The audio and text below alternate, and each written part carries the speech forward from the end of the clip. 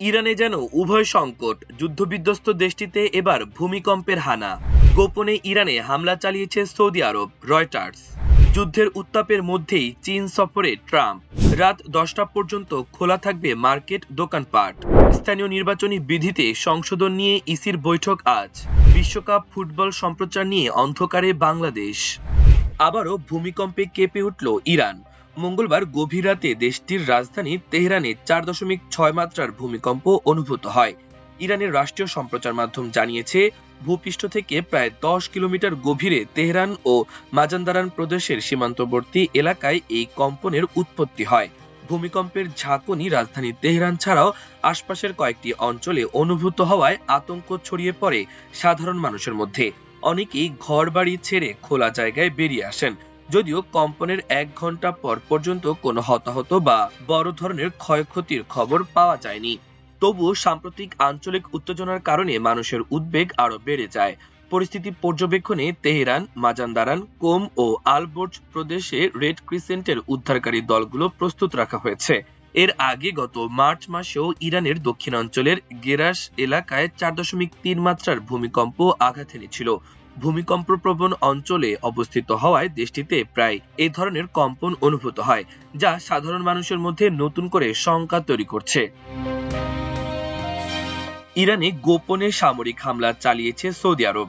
গত মার্চের শেষ দিকে এসব হামলা চালানো হয় বলে জানিয়েছে আন্তর্জাতিক সংবাদ মাধ্যম রয়টার্স। রয়টার্সের এক প্রতিবেদনে পশ্চিমা ও ইরানি কর্মকর্তাদের বরাতে বলা হয়েছে, যুক্তরাষ্ট্রের সামরিক স্থাপনায় হামলার জেরে সৌদি আরব ইরানের ভেতরে গোপন অভিযান চালায়। এটি প্রথমবারের মতো সৌদি আরবের সরাসরি ইরানি ভূখণ্ডে সামরিক আগ্রাসনের ঘটনা বলে দাবি করা হয়েছে। প্রতিবেদনে বলা হয়, ফেব্রুয়ারির শেষ দিকে যুক্তরাষ্ট্র ও ইসরায়েলের ইরানে হামলার পর মধ্যপ্রাচ্যে যে যুদ্ধ পরিস্থিতি তৈরি হয় তার ধারাবাহিকতায় সৌদি আরবও হামলার শিকার হয়। এরপরই রিয়াদ গোপনে পাল্টা হামলা চালায়। সূত্রগুলো জানিয়েছে, হামলার পর সৌদি আরব তেহরানকে বিষয়টি অবহিত করে এবং উভয় পক্ষের মধ্যে কূটনৈতিক আলোচনা শুরু হয়। একই সঙ্গে ভবিষ্যতে হামলা অব্যাহত থাকলে আরো কঠোর জবাব দেওয়ার হুঁশিয়ারি দেয় রিয়াদ। পরে তা দুই দেশের মধ্যে উত্তেজনা কমাতে ভূমিকা রাখে। এর আগে দ্য ওয়াল স্ট্রিট জার্নালের এক প্রতিবেদনে দাবি করা হয়, সংযুক্ত আরব আমিরাতও এপ্রিলের শুরুতে ইরানে গোপন বিমান হামলা চালায়। প্রতিবেদনে বলা হয়, পারস্য উপসাগরের লাবান দ্বীপে অবস্থিত একটি তেল শোধনাগারে হামলা চালানো হয়, যাতে বড় ধরনের আগুন লাগে এবং উৎপাদন আংশিকভাবে বন্ধ হয়ে যায়। যদিও এ হামলার দায় আনুষ্ঠানিকভাবে স্বীকার করেনি আমিরাত। তবে ওই সময় ইরান দাবি করেছিল, শত্রুপক্ষের হামলায় তাদের একটি শোধনাগার ক্ষতিগ্রস্ত হয়েছে।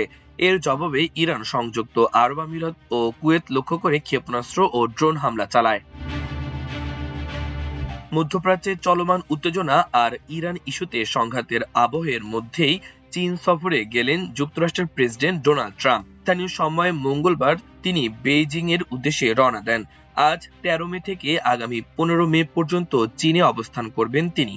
বর্তমান বৈশ্বিক রাজনৈতিক পরিস্থিতিতে এই সফর বেশ তাৎপর্যপূর্ণ, কারণ ইরানকে কেন্দ্র করে যুক্তরাষ্ট্রের সামরিক তৎপরতা এখনো অব্যাহত রয়েছে। এমন অবস্থায় ট্রাম্পের চীন সফর আন্তর্জাতিক কূটনীতিতে নতুন আলোচনার জন্ম দিয়েছে। এর আগে ধারণা করা হয়েছিল, মধ্যপ্রাচ্যের সংঘাত কমে আসার পরই বেইজিং সফরে যাবেন মার্কিন প্রেসিডেন্ট। তবে যুদ্ধ থামার আগেই সফর শুরু করায় কূটনৈতিক মহলে বাড়ছে নানা জল্পনা। পর্যবেক্ষক সংস্থা এশিয়া গ্রুপের চেয়ারম্যান এবং সাবেক মার্কিন প্রেসিডেন্ট জো বাইডেনের চীন বিষয়ক সাবেক উপদেষ্টা কুট ক্যাম্পবেল বলেছেন, যুদ্ধ চলমান অবস্থায় ট্রাম্পের চীন সফরে যাওয়া যেমন গুরুত্বপূর্ণ, তেমনি চীনের পক্ষ থেকেও তাকে স্বাগত জানানো অস্বাভাবিক এক কূটনৈতিক বার্তা বহন করছে। পবিত্র ঈদ উল আজহা সামনে রেখে দেশের মার্কেট, শপিং মল, বিপণী বিতান ও ব্যবসা প্রতিষ্ঠান খোলা রাখার সময় বাড়িয়েছে বাংলাদেশ দোকান মালিক সমিতি। নতুন সিদ্ধান্ত অনুযায়ী মঙ্গলবার থেকে ঈদ উল আজহা পর্যন্ত এসব প্রতিষ্ঠান রাত 10টা পর্যন্ত খোলা রাখা হবে। আজ এক সংবাদ বিজ্ঞপ্তিতে এ তথ্য জানানো হয়। এতে বলা হয়, ঈদকে কেন্দ্র করে ক্রেতা সমাগম ও কেনাকাটার চাপ বিবেচনায় নিয়ে ব্যবসা প্রতিষ্ঠান খোলা রাখার সময় বাড়ানোর জন্য সমিতির পক্ষ থেকে সরকারের কাছে আবেদন জানানো হয়েছিল।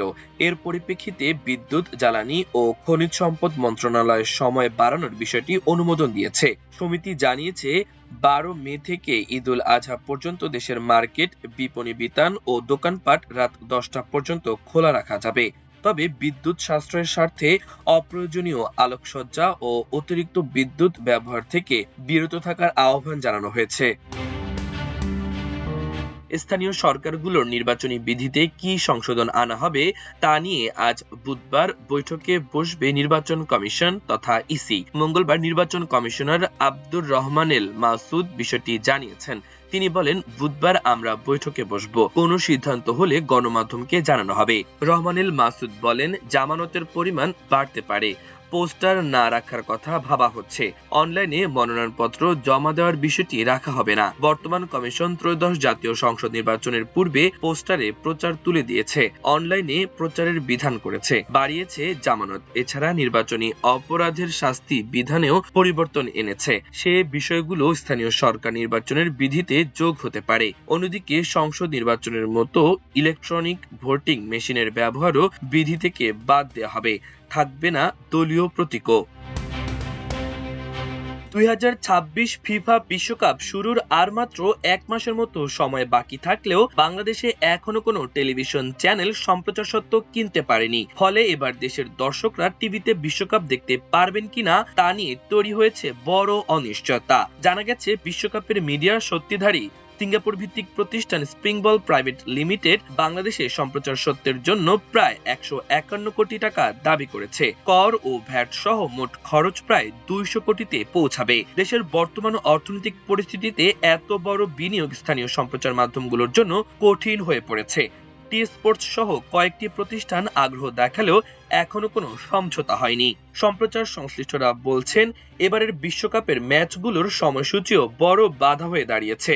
যুক্তরাষ্ট্র, মেক্সিকো ও কানাডায় আয়োজিত টুর্নামেন্টের অধিকাংশ ম্যাচ বাংলাদেশ সময় গভীর রাত বা ভোরে অনুষ্ঠিত হবে। এতে দর্শক সংখ্যা কমে যাওয়ার আশঙ্কায় বিনিয়োগের অর্থ ফেরত পাওয়া নিয়ে শঙ্কায় রয়েছে চ্যানেলগুলো। তথ্য ও সম্প্রচার মন্ত্রী জহিরুদ্দিন স্বপন জানিয়েছেন, বর্তমান অর্থনৈতিক বাস্তবতায় সরকার বিপুল অর্থ খরচ করে সম্প্রচার সত্ত্ব কেনার বিষয়ে আগ্রহী নন। এ সংকট শুধু বাংলাদেশই নয়, ভারত ও চীনের মতো বড় বাজারও একই পরিস্থিতি তৈরি হয়েছে। আন্তর্জাতিক সংবাদ মাধ্যম রয়টার্স জানিয়েছে, ভারতে সম্প্রচার সত্ত্ব নিয়ে দর কষাকষি চলছে, আর চীনেও এখনো কোনো অফিসিয়াল সম্প্রচারকের নাম ঘোষণা হয়নি। ফলে দক্ষিণ এশিয়া সহ বিশ্বের বিভিন্ন অঞ্চলে দর্শকদের বিশ্বকাপ দেখা নিয়ে অনিশ্চয়তা বাড়ছে। মাল্টিমিডিয়া ডেস্ক, আমার দেশ।